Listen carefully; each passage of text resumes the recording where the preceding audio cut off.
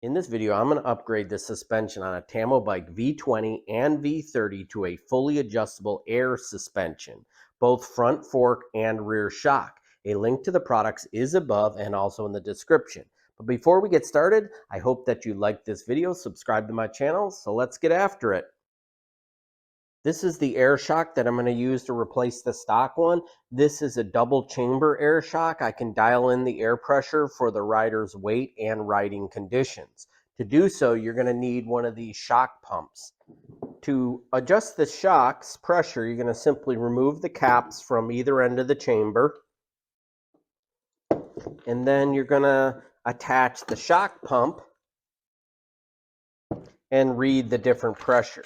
Now, in the manual here, it says the desired pressure, 65 psi to 150 psi, do not exceed 200 psi. So I'm going to keep it on the softer side. I'm going to inflate this up to about 70 psi on each chamber. Once I have it installed, I can adjust the pressure up or down depending on my liking. Doesn't take much to get the pressure up. Really small chamber. All right, it's ready for install. To remove the old shock, you're going to need two 5mm hex to remove the bolt and hold the other side. I'm going to use my hex key over here, and then I'm just going to simply loosen the bolt. All right. Now the screw comes out. I'm going to leave this in here so I can pull it out and it won't quite collapse. I'm going to move to the bottom and do the same. On this one, the screw's on this side. You may need the hex key to push out the bolt. And there you have it. I'm going to push out the bolt here. You may have to lift up the seat a little bit like this. Well, there all the bolts go. And I'm going to set that aside.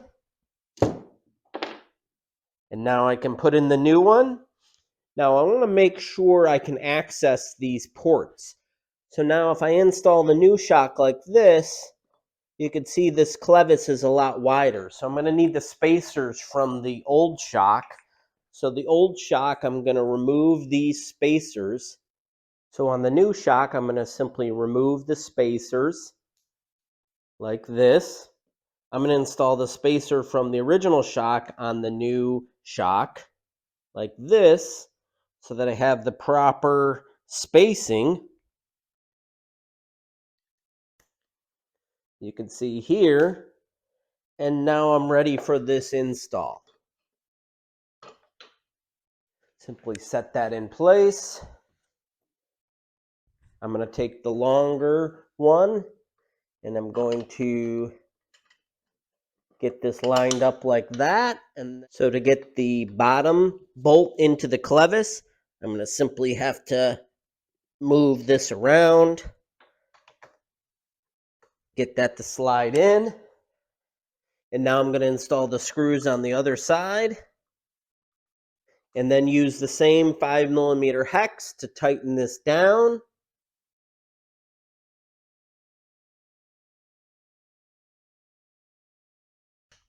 And the same thing with the bottom. The rear shock is installed. Let's go ahead and test it. There is a little O-ring here, so you can slide this up to get a gauge on how far that this O-ring slides down. Obviously, you don't want that shock to bottom out, but if I sit on this, it's still pretty rigid, so I think I might take some air out of it till it gets to a more comfortable ride for me. Just open up the cap, take a little bit of air out.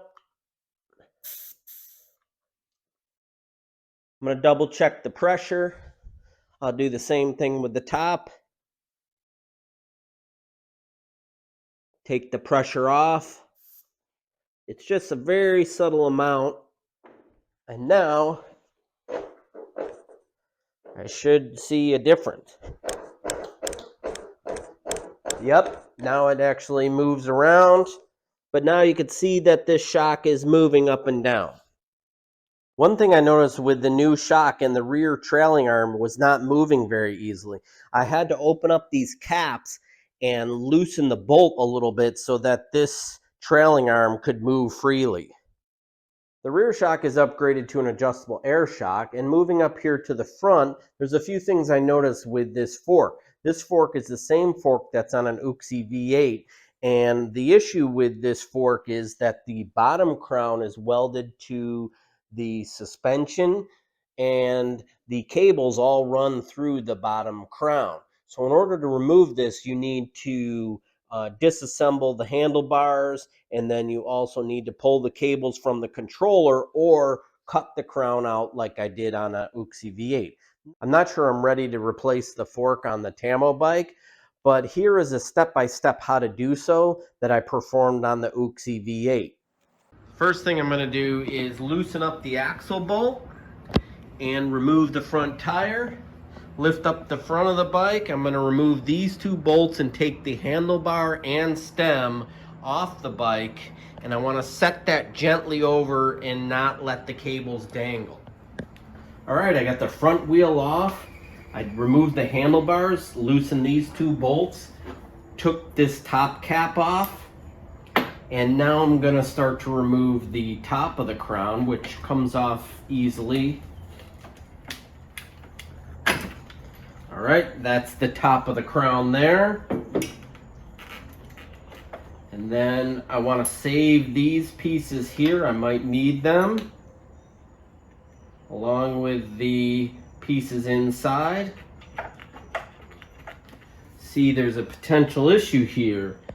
I ran into a small problem with this job. All the wires run through the bottom of the crown. So you can either unhook all the wires back to the controller, run them through the frame, and then fish them through here.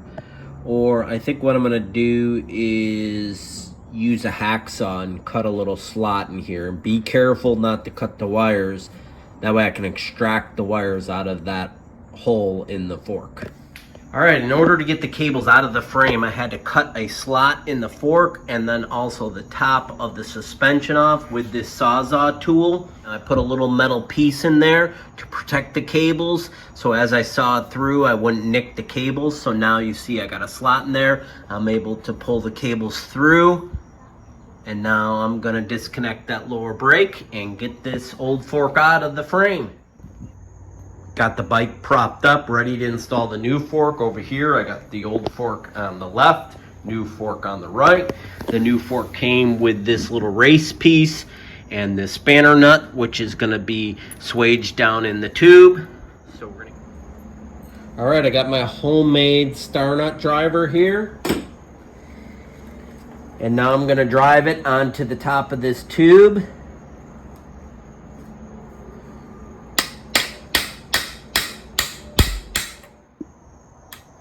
All right, now that I got the star washer seated, all right, before I install the new fork on the bike, I need to lower the bottom crown to be even with this. Now this stem is slightly shorter than the stock one, only about a ½ inch. But what I'm gonna do is loosen the bolts, slide this down so that it's at the same height on the fork as the OEM fork. Now, I will have to remove maybe one spacer on the stem that came with the stock bike, but it'll fit. So what I'm gonna do is loosen up these bolts and slide the bottom crown down to equal the OEM one. All right, you can see that I adjusted the bottom of the crown down to meet the same height as the OEM fork. Now it should be ready to install. All right, I got the new fork ready. The bottom crown is at the right height. I put the old race on the bottom here that has a split ring. I'm going to strategically slide this up in here. I have all my stuff laid out. What I'm gonna do is make sure that the cables run through this side of the fork. And what I'm gonna do is run this over like this. Slide that up into the fork like that. I'll hold that in that position. I'm going to take this conical race, slide that down in there. Then this silver piece with the conical portion down. Then this little plastic piece, slide that down. These are all from the stock fork. Then this cap, that was from the stock fork also. I'm going to slide that down like you see. Now the fork did come with this race, but since this, came with this extra spacer, but this stem is a smidge shorter, so I'm not going to be using that. I'm going to just slide the top of this, the crown on.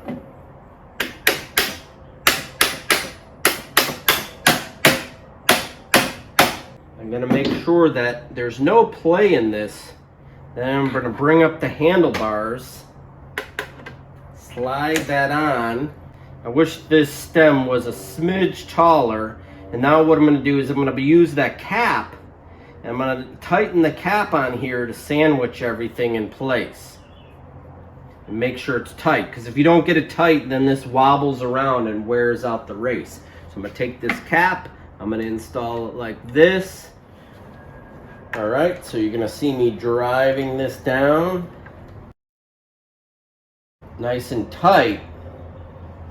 Now I want to get this straightened out, and then I'm going to tighten the sides here to get the handlebars tightened up. Now one tip here, when you drive that star down into the top of the fork, drive it in pretty shallow because this is a little bit short. Luckily I had a longer bolt, but if you only drive it in about 1/4 of an inch, then you'll be okay. Alright, once you get this secured and everything's tight, then you can go here and tighten the top of the crown down. Alright, got that installed. It's nice. It's free flowing. I'm going to install the front tire on the new fork. What I'm going to do is use this axle bolt. I'm going to slide on the small spacer.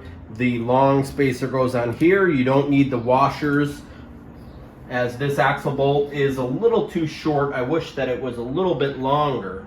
And what I'm going to do is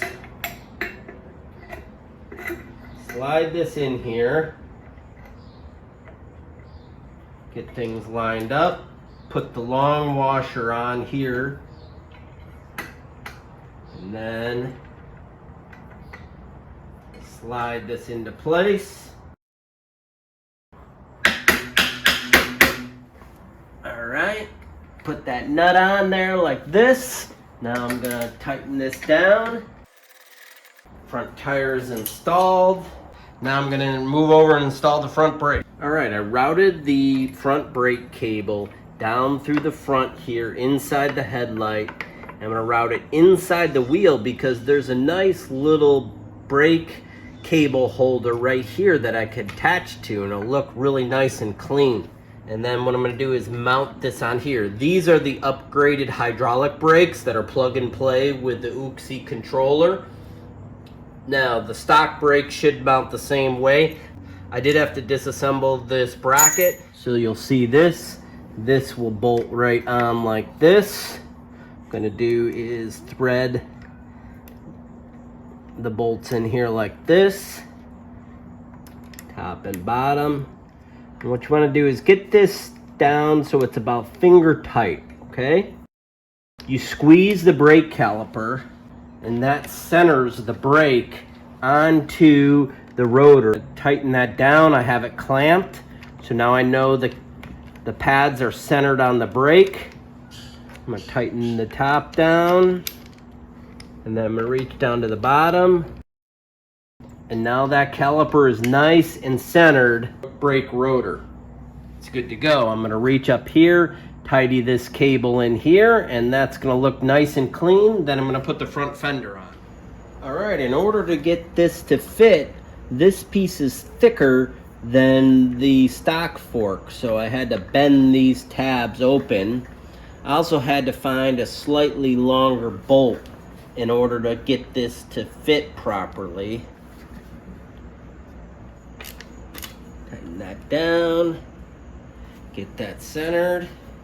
All right, there you have it. All right, the last thing I need to do is inflate the shock. You need a shock pump like this. A link to this pump is above and also in the description. What you're gonna do is you're gonna open up this cap and you're gonna thread this on. Now down here on the fork, it tells you based on your weight how many PSI. I'm about 170 pounds, which is about 75 kilograms. So it says that I need to inflate this to about 110 to 130 PSI. So I'm gonna thread that on there like that.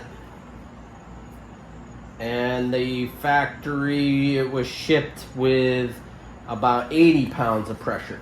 I'm just going to simply pump that up like this. Doesn't take very much. All right, that's about 120.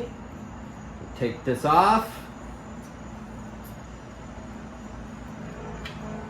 All right, reinstall my cap. And now I should have proper dampening, unlike those oil-filled shocks. Oh yeah, that's going to be nice. So I just want to make sure everything's tight. I'm going to take it for a little bit of ride, and then I'm going to come back and check all the bolts to make sure everything's tight. So I hope that you liked this video, subscribe to my channel, and thanks for watching.